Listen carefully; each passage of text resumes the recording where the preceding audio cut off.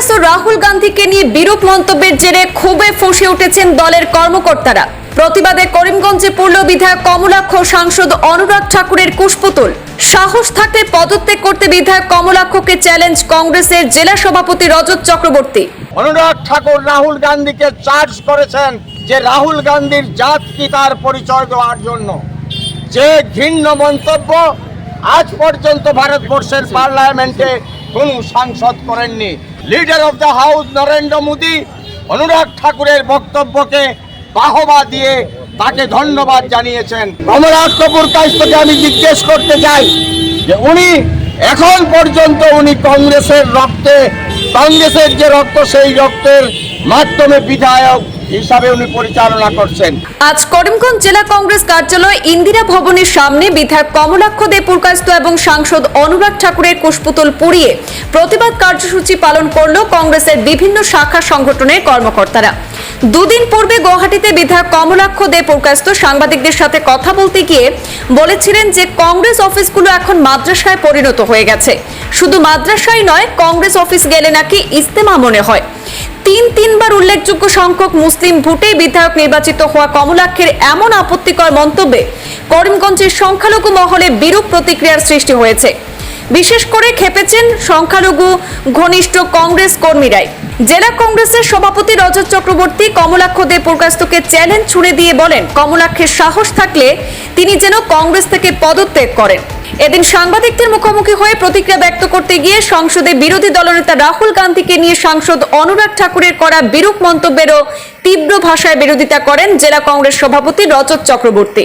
জেলা কংগ্রেস কমিটির পক্ষ থেকে ভারতবর্ষের পার্লামেন্টে কিছুদিন আগে বিজেপির প্রাক্তন মন্ত্রী এবং বর্তমান মেম্বার অফ পার্লামেন্ট অনুরাগ ঠাকুর রাহুল গান্ধী সম্পর্কে যে মন্তব্য করেছেন তার তীব্র নিন্দা আমরা করিমগঞ্জ জেলা কংগ্রেসের পক্ষ থেকে জানাই।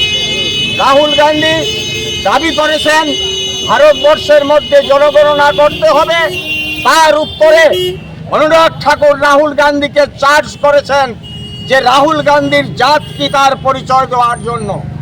যে ঘৃণ্য মন্তব্য আজ পর্যন্ত ভারতবর্ষের পার্লামেন্টে কোনো সাংসদ করেননি, তিনি যে দলেরই হন না কেন। এই অগণতান্ত্রিক মন্তব্যের leader of the house Narendra Modi Anurag ঠাকুরের বক্তব্যকে বাহবা দিয়ে তাকে ধন্যবাদ জানিয়েছেন। তাই ভারতবর্ষের প্রধানমন্ত্রী নরেন্দ্র মোদীকে আজকের জেলা কংগ্রেসের পক্ষ থেকে আমরা ধিক্কার জানাই। গণতন্ত্র, সমাজবাদ, ধর্মনিরপেক্ষতাকে নিয়ে যেভাবে খেলা হচ্ছে, রাহুল গান্ধী আজকে বায়নাডের মধ্যে যে হাজার হাজার মানুষ মৃত্যুবরণ করেছেন, হাজার হাজার মানুষ বিধ্বস্ত হয়েছেন, 200-300-এর বেশি ডেড বডি সেখানে রিকভার হয়েছে, সেখানে গিয়ে রাহুল গান্ধী, প্রিয়াঙ্কা গান্ধী আছেন।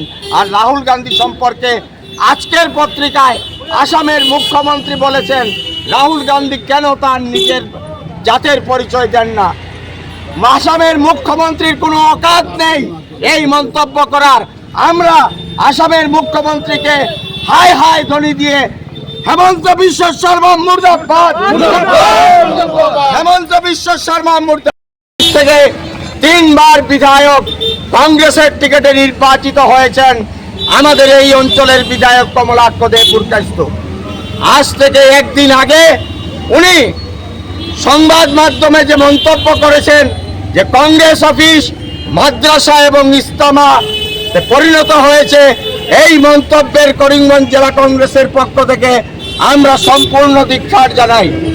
কমলাক্ষ পুরকায়স্থকে আমি জিজ্ঞেস করতে চাই যে উনি এখন পর্যন্ত উনি কংগ্রেসের রক্তে, কংগ্রেসের যে রক্ত সেই রক্তের মাধ্যমে বিধায়ক হিসাবে উনি পরিচালনা করছেন। এখন পর্যন্ত কংগ্রেস এমএলএ হিসাবে রিজাইন দেননি। উনি যদি ক্ষমতা আছে, উনার যদি শরীরে রক্ত আছে, উনি যদি মানুষ হয়ে থাকেন, আজকে উনি কংগ্রেসের সদস্য, কংগ্রেস এমএলএশিপ থেকে উনি প্রত্যাহার করে রিজাইন দিয়ে ইলেকশন মনে করবো যে ওনার ভোল্টেজ আছে, ওনার শরীরে রক্ত আছে। আমি মনে করি এই মন্তব্য তিনি যেটা করেছেন, কংগ্রেসের মধ্যে উনি থাকতে যে হিন্দুর সংখ্যা ছিল আজকে তার চেয়ে অনেক বেশি হিন্দু ভারতীয় বরাক উপত্যকা এবং করিমগঞ্জে কমলাক্ষ থাকতে যেভাবে হিন্দুর সংখ্যা ছিল, আজকে করিমগঞ্জ এবং বরাক উপত্যকায় সেই হিন্দুর সংখ্যা অনেক বেশি। এবং আগামীতে কমলাক্ষ দে পুরকায়স্থ যে মন্তব্য করেছেন গত পরশুদিন, এর জবাব উত্তর করিমগঞ্জ এবং বরাক উপত্যকার সমগ্র ভোটার এর জবাব দিবে, উনি যেখান থেকে নির্বাচনে প্রতিদ্বন্দ্বিতা করুন না কেন।